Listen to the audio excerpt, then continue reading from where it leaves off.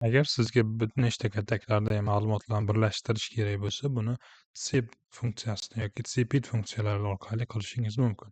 Aytaylik, bizda telefon raqamini kodi bor va telefon raqami bor.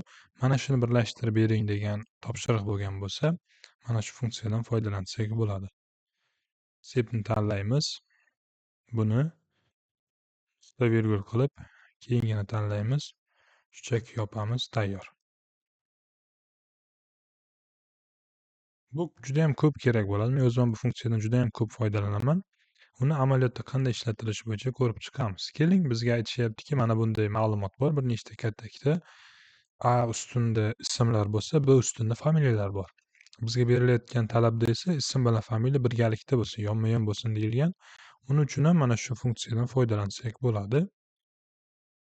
Sepitni tanlaymiz. Bu katakni nuqta virgul bu katakni tanlab agar biz enter qiladigan bo'lsak, funksiya to'g'ri ishladi. Ikkita matnni birlashtirib berdi, lekin bu natija xato hisoblanadi. Shuning uchun biz bunga qo'shimcha kiritamiz. Ya'ni A katakdan keyin mana bunday qo'sh tirnoq ochib, bitta joy tashlab, yana qo'sh tirnoq ochamizda nuqta virgul qilib B katak deymiz. Enterni bossak, javobimiz to'g'ri. Hozir biz nima ish qildik? Bu yerda A2dagi ma'lumotni oladi. Ularning orasiga yana bitta matn so'ragan joyiga biz text2 degan joyiga qo'sh tirnoq bilan probel qo'ydik. Ya'ni ism bilan familiyaning orasida joy qolish uchun. Text3 degan joyiga esa o'sha familiyani berdik. Shu orqali natijaga erishdik.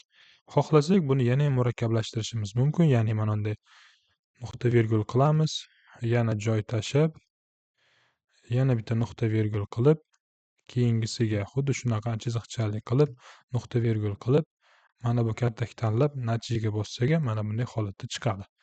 Buni ham yana murakkablashtirib, oraga joy qolsin desak, shunday qilsak ham bo'ladi. Bu endi sizni vaziyatingizdan kelib chiqib qilinishi mumkin bo'lgan amaliyotlar.